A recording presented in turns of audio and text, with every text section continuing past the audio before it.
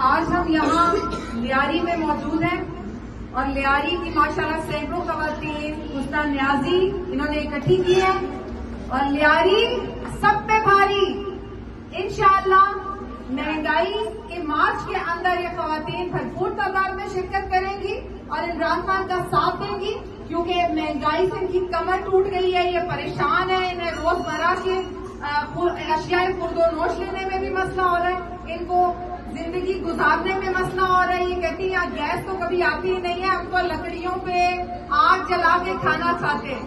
तो इंशाल्लाह आप लोग आएंगे, साथ देंगे,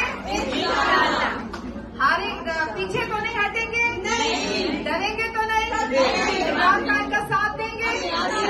26 फरवरी लियाकताबाद 10 नंबर पे आएंगे इंशाल्लाह। इमरान खान जिंदाबाद।